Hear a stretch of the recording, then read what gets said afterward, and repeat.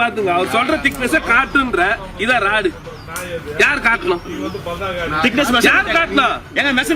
எலெக்ஷனுக்காக அவசர அவசரமாக போடப்பட்ட தரமற்ற சாலை.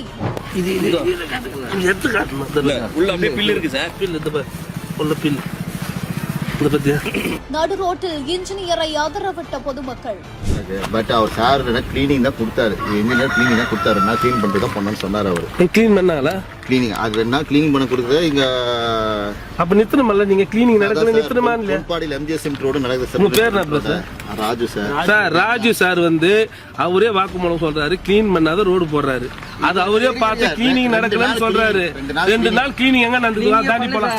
என்ன நடந்தது விரிவாக காணலாம். திருவள்ளூர் மாவட்டம் அடுத்த பணம்பாக்கம் கிராமத்துல இருந்து பட்டாரந்தாங்கால் கிராமம் வரைக்கும் ரூபாய் 15 லட்சம் ரூபாய் மதிப்பீட்டுல 1.5 கிலோமீட்டர் தூரம் வரைக்கும் தார் சாலை அமைப்பதற்காக RRMS திட்டத்தின் மூலமா 2025-2026 ஆண்டுக்கான ஒப்பந்தத்தில் அடிப்படையில தார் சாலை அமைப்பதற்கான ஒப்பந்தம் படி தார் சாலை தேர்தல் விதிமுறைகளையும் மீறி தரமற்ற முறையில சாலை பெயர்ந்து கையில் எடுக்கக்கூடிய அளவிற்கு அமைக்கப்பட்டிருக்கிறதுனால ஒட்டுமொத்த கிராம மக்களும் ஆத்திரத்துல எதிர்ப்பு தெரிவிச்சிருக்காங்க.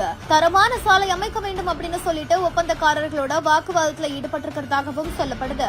சம்பவ இடத்துக்கு சென்ற வட்டார வளர்ச்சித்துறை அதிகாரிகள் சாலையை ஆய்வு செய்து சாலை தரமற்றதா இருப்பதாக தெரிவித்ததனால சாலை அமைக்கிற பணி பாதியிலேயே நிறுத்தப்பட்டிருக்குது.